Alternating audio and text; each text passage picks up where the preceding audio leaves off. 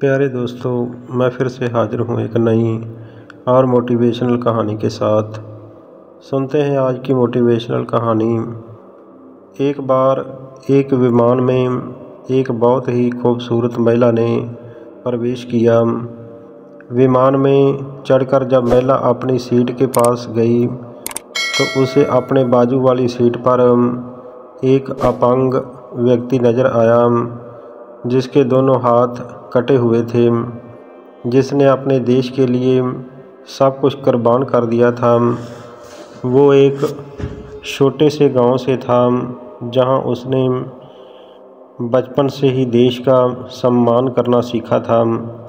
रणवीर सिंह का सपना था कि वो भारतीय सेना में भर्ती होकर देश की रक्षा करे। बड़े होने पर उसने कड़ी मेहनत की और सेना में भर्ती हो गया। रणवीर सिंह के सेना में शामिल होने पर उसके परिवार को उस पर गर्व था। वो पहली बार जब वर्दी पहनकर घर आया तो पूरा गांव उसे देखने आया। सबकी नज़रों में गर्व और उसकी बहादुरी के लिए सम्मान था। कुछ समय के बाद उसकी पोस्टिंग कश्मीर में हो गई, जहां के आतंकवादियों का खतरा हर वक्त बना रहता था। कश्मीर पहुंचते ही रणवीर सिंह को पहला बड़ा काम मिला कि आतंकवादी गांव वालों पर हमला करने की फिराक में थे और रणवीर सिंह की टुकड़ी को उन्हें रोकना था। रणवीर सिंह और उसके साथियों ने बड़ी बहादुरी से आतंकवादियों का सामना किया और उन्हें गांव से दूर खदेड़ दिया। इस लड़ाई में उसने दिखा दिया कि वो कितनी हिम्मत और साहस वाला फौजी है। कश्मीर की पहाड़ियों में रहना और हर दिन मौत का सामना करना आसान काम नहीं था। खराब मौसम, दुर्गम इलाके और आतंकवादियों की हर वक्त खतरा, इनके बावजूद भी रणवीर सिंह ने कभी हार नहीं मानी। उसके इसी जज्बे से उसके साथी भी प्रेरित होते थे। एक बार उसे खबर मिली कि कुछ आतंकवादियों ने एक गांव के लोगों को बंधक बना लिया है। बिना किसी डर के उसने अपनी टुकड़ी के साथ गांव वालों को सुरक्षित निकालने का फैसला किया। एक दिन रणवीर सिंह को सूचना मिली कि आतंकवादियों का एक बड़ा सा हमला होने वाला है और उसने अपनी टुकड़ी के साथ हमले को रोकने का पूरा ही प्लान बनाया। लड़ाई में उसने एक एक आतंकवादी से बड़ी बहादुरी से मुकाबला किया, लेकिन इसी के बीच ही रणवीर सिंह खुद भी बुरी तरह से घायल हो गया। रणवीर सिंह के दोनों हाथ कट गए और महिला को उस अपंग व्यक्ति को देखकर काफ़ी घृणा हो रही थी।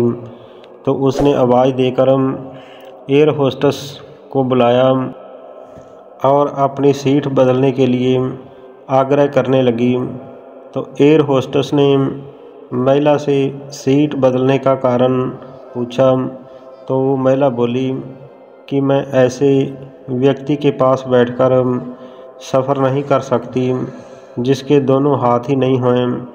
मैं इस व्यक्ति के प्रति सहज नहीं हूँ। मैं इस व्यक्ति के पास बैठकर यात्रा नहीं कर सकती हूँ। तो इसलिए प्लीज़ आप मुझे कोई और सीट दे दीजिए। तो दिखने में शांत और पढ़ी लिखी महिला के इस तरह के बर्ताव पर एयर होस्टेस अचंभित हो गई। लेकिन एयर होस्टेस ने चारों तरफ देखा, लेकिन कोई भी सीट खाली नहीं थी। तो एयर होस्टेस ने महिला को कोई भी सीट खाली ना होने को कहा और साथ में ही ये भी आश्वासन दिया कि यात्रियों की सुविधा उनका पहला कार्य है, इसलिए वह कैप्टन से बात करके कुछ ना कुछ हल ज़रूर निकालेगी। तो इतना कहकर एयर होस्टेस कैप्टन के पास गई और ये सब कुछ देर के बाद एयर होस्टेस वापस आई और महिला से बोली कि मैडम, आपको हुई असुविधा के लिए मैं आपसे माफ़ी चाहती हूँ, लेकिन फ़िलहाल इस पूरे विमान में एक ही सीट खाली है जो कि बिजनेस क्लास के लिए है। जैसा कि मैंने आपको बताया था कि हमारी कंपनी का प्रथम उद्देश्य यात्रियों की सुविधा का ख्याल रखना ही है, तो इसलिए हम हमारी कंपनी के इतिहास में पहली बार किसी इकॉनमी क्लास के यात्री को बिजनेस क्लास में बिठाने जा रहे हैं। तो एयर होस्टेस की बात सुनकर महिला बहुत खुश हुई और धन्यवाद करते हुए अपनी सीट से उठने लगी। तो तभी एयर होस्टेस ने उस अपंग व्यक्ति की और अपने दोनों हाथ बढ़ाए और कहा कि सर, आपको हो रही असुविधा के लिए मैं आपसे माफ़ी चाहती हूँ, लेकिन हम आपको इकॉनमी क्लास से बिजनेस क्लास की सीट दे रहे हैं, क्योंकि हम नहीं चाहते कि आप किसी अशिष्ट यति के साथ यात्रा करें। तो एयर होस्टेस की ये बात सुनकर सभी यात्री एयर होस्टेस के इस निर्णय के लिए तालियां बजाने लगे और ये सुंदर महिला अपने इस तरह के बर्ताव पर अब नज़रें नहीं उठा रही थी।